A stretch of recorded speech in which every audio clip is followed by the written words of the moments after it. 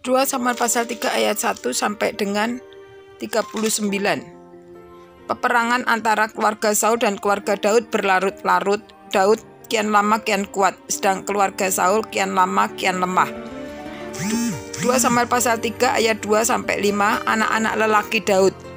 Di Hebron lahirlah bagi Daud anak-anak lelaki. Anak sulungnya ialah Amnon dari Ahinoam perempuan Yisrael. Anak-anaknya yang kedua ialah Kileab dari Abigail, bekas istri Nabal, orang Karmel. Yang ketiga ialah Absalom, anak dari Maaka, anak perempuan Talmai, raja Gesur. Dan yang keempat ialah Adonia, anak dari Hagit.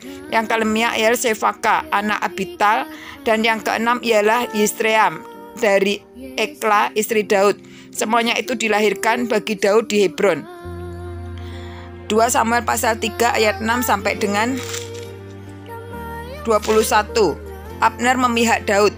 Selama ada peperangan antara keluarga Saul dan keluarga Daud, maka Abner makin mendapat pengaruh di antara keluarga Saul. Saul mempunyai gundik yang bernama Sispa, dia anak perempuan Ayah. Berkatalah Isiboset kepada Abner, "Mengapa kau hampiri gundik ayahku?"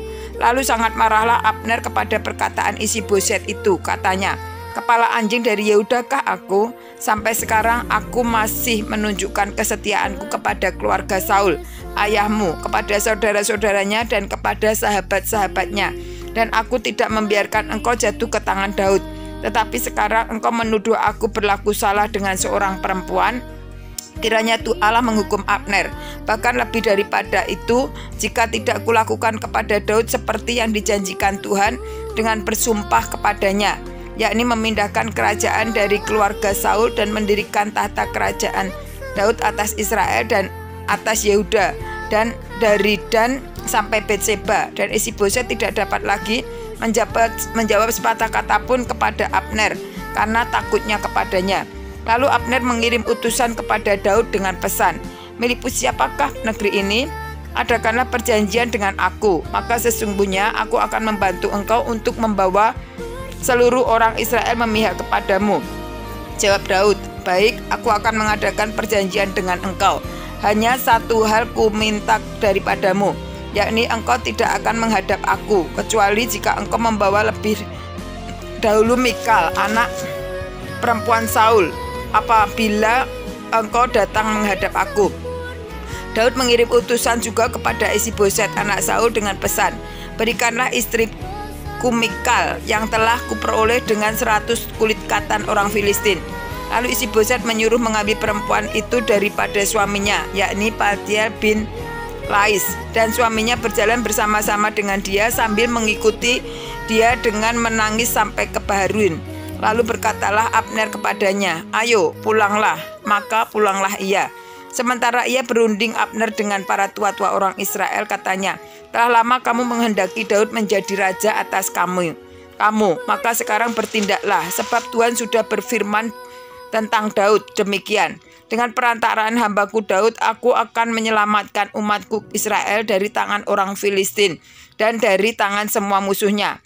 Abner berbicara dengan orang Benyamin. Pula Abner pergi membicarakan dengan Daud ke Hebron segala yang sudah dipandang baik oleh orang Israel dan oleh seluruh kaum Benyamin.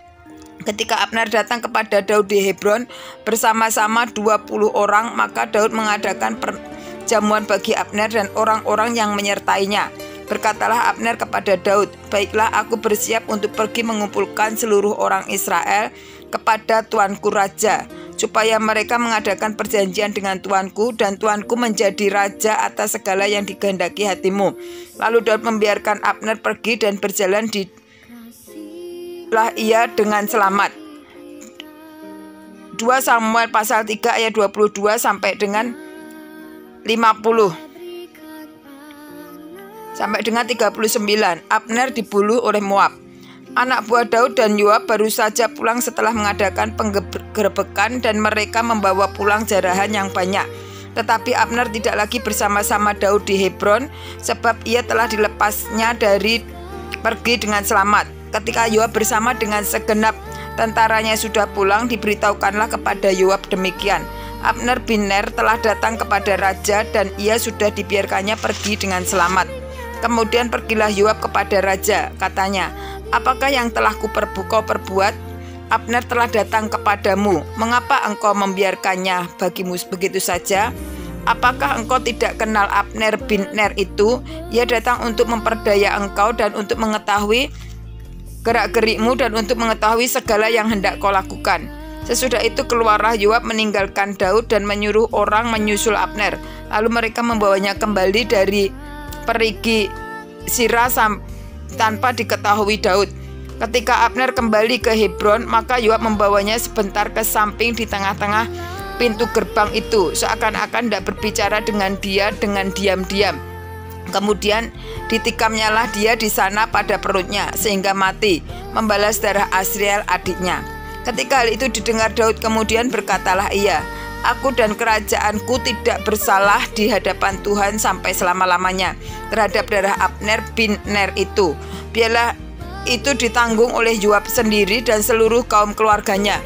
Biarlah dalam keturunan Yoab tidak putus-putusnya ada orang yang mengeluarkan lelehan, yang sakit kusta, yang bertongkat, yang tewas oleh pedang, atau yang kekurangan makanan." Demikianlah Yoab dan Abisai adiknya membunuh Abner. Karena itu telah menjadi membunuh Absael adik mereka di Gibeon dalam pertempuran. Dan berkatalah Daud kepada Yoab dan kepada segala rakyat yang bersama-sama dengan dia, "Koyakkanlah pakaianmu dan lilitkanlah pada tubuhmu kain kabung dan merataplah di depan mayat Abner." Raja Daud sendiri pun berjalan di belakang usungan mayat. Ketika orang menguburkan Abner di Hebron, maka menangislah raja dengan suara nyaring pada kubur Abner, dan seluruh rakyat itu pun menangis. Karena Abner, raja mengucapkan nyanyian ratapan itu, "Apakah Abner harus mati seperti orang bebal? Tanganmu tidak terkait dan kakimu tidak dirantai. Engkau gugur seperti orang gugur oleh orang-orang durjana." Dan seluruh rakyat itu makin menangis karena dia. Seluruh rakyat datang menawarkan kepada Daud untuk makan roti selagi hari siang. Tetapi Daud bersumpah, katanya, "Kiranya Allah menghukum aku, bahkan lebih daripada itu, jika sebelum matahari terbenam aku mengecap roti atau apapun." Ketika seluruh rakyat melihat hal itu, mereka menganggap hal itu baik, seperti segala sesuatu yang dilakukan raja dianggap baik oleh seluruh rakyat. Maka taulah seluruh rakyat dan seluruh Israel pada hari itu bahwa pembunuhan Abner bin Ner bukanlah rancangan raja. Kemudian berkatalah raja kepada para pegawainya, "Tidak tahukah kamu bahwa pada hari ini gugur seorang pemimpin, seorang besar di Israel? Tetapi aku ini sekarang masih lemah, sekalipun sudah diurapi menjadi raja. Sedang orang-orang itu, yakni anak-anak Seruya, melebihi aku dalam kekerasan. Kiranya Tuhan membalas kepada orang yang berbuat jahat setimpal dengan kejahatannya."